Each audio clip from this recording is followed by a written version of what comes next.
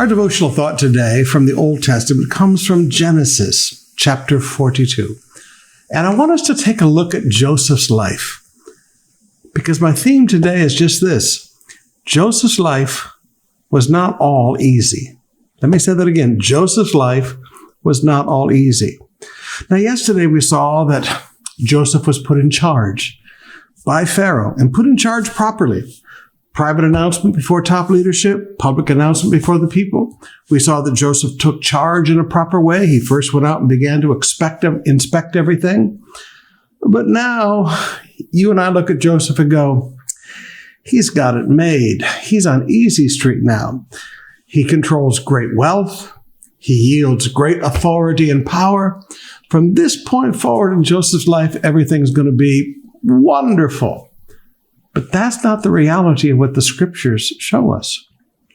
Look at chapter 43, verse 32, to begin to get a glimpse into the real life of Joseph. It said, the waiter served Joseph at his own table, notice by himself. And the brothers were served at a separate table. Now notice the next phrase. The Egyptians who ate with Joseph sat at their own table. They did not sit with Joseph, nor did they sit with Joseph's, at this point, brothers, but he's not telling everybody yet.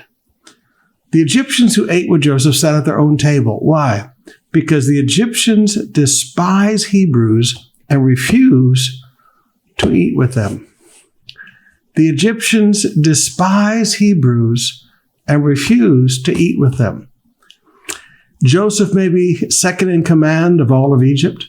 He may wield great power, great wealth, and great authority.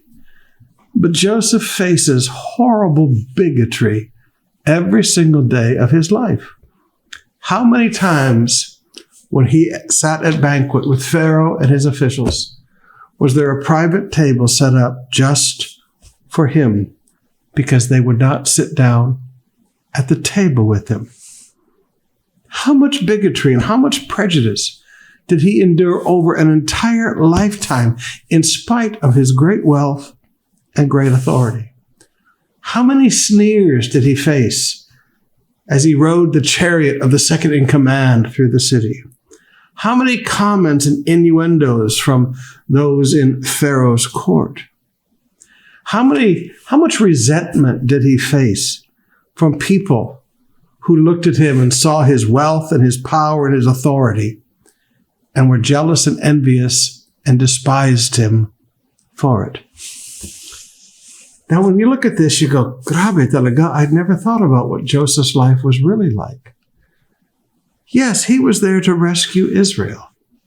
Yes, he was there to hold the promise and to keep the promised people alive during great famine. And yes, he had great wealth and he had a big home and he had a lot of prestige. But he faced horrible bigotry every single day of his life. Now, here's my straight talk for you today. There's something you have to ask yourself. You know, sometimes we think about our workers overseas and we think that they have such a nice life. Well, first of all, it's not as nice as Facebook makes it look like, because I've been in their homes. Their Facebook life and their real life, very, very different. But if you're going to go work overseas, I don't care what nation you go to, we're still Pinoy.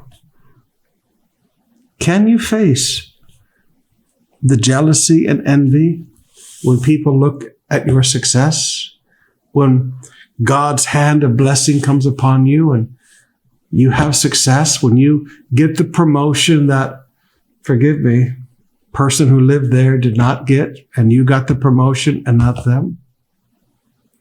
Now, beloved, at some point or another in your life, you're going to have to realize the best place to prosper is right here at home.